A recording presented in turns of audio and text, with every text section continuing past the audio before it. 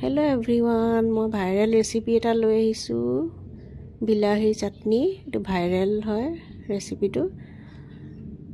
শুকান জলকীয়া আৰু নহৰু ফ্ৰাই পেনখনত অকমান ফ্ৰাই কৰি ললো, रोस्ट কৰি ললো, তাৰপিছত ইয়া গুৰি কৰি লৈছো।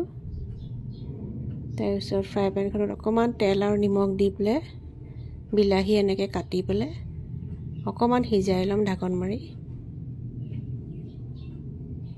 ঢাকন মাৰি অকমান সিজাই ললে বাকলিটো খুব ধুনীয়াকৈ এৰাই যায়। এয়া চাওক ওপৰৰ বাকলিটো ইমান ধুনীয়াকৈ এৰাই গৈছে। এই ভাইৰেল চাটনিটো বিৰাট ধুনীয়া হয় খাবলৈ।